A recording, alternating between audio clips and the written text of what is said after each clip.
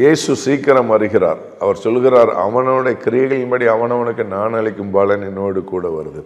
சின்ன வயசில் Sunday school பிள்ளைங்களை பார்த்து சொல்லுவோம், சினிமா பாட்டு கேட்காத ஏசப்பா தீயில போட்டுருவாங்கன்னு சொல்லுவோம். ஆனால் ஒரு முறை நான் இப்படி சொல்லும்போது கர்த்தர் உணர்த்தின காரியம், சண்டே ஸ்கூல் பிள்ளைங்க, சிறு பிள்ளைங்கள், அவங்க யாராக இருக்கலாம், கிறிஸ்டினாக இருக்கலாம், முஸ்லீமாக இருக்கலாம், ஹிந்துவாக இருக்கலாம், சின்ன பிள்ளைங்க மறிச்சிட்டா அவங்களுக்கு டைரெக்டாக பரலோகம்.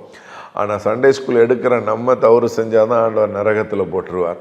அப்போது நம்ம தான் ரொம்ப கவனமாக இருக்கணும். பாருங்கள், நீங்கள் நன்மை செய்தால் மேன்மை இல்லையோ, நீங்கள் செய்கிற நன்மையும் கணக்கில் வைக்கப்படுகிறது, தீமையும் கணக்கப்படுகிறது. ஒவ்வொருவரும் அவனுடைய கிரியைகளின்படி அவன் செய்கிற நன்மை தீமையும் தேவன் நியாயத்தில் கொண்டு வந்து நிறுத்துவார். நீங்கள் செய்கிற நன்மையும் தேவன் நியாயத்தில் கொண்டு வந்து நிறுத்துவார், தீமையை நியாயத்தில் கொண்டு வந்து நிறுத்துவார். அதனால் நன்மை செய்கிறவங்க சோர்ந்து போகாமல் செய்யுங்க.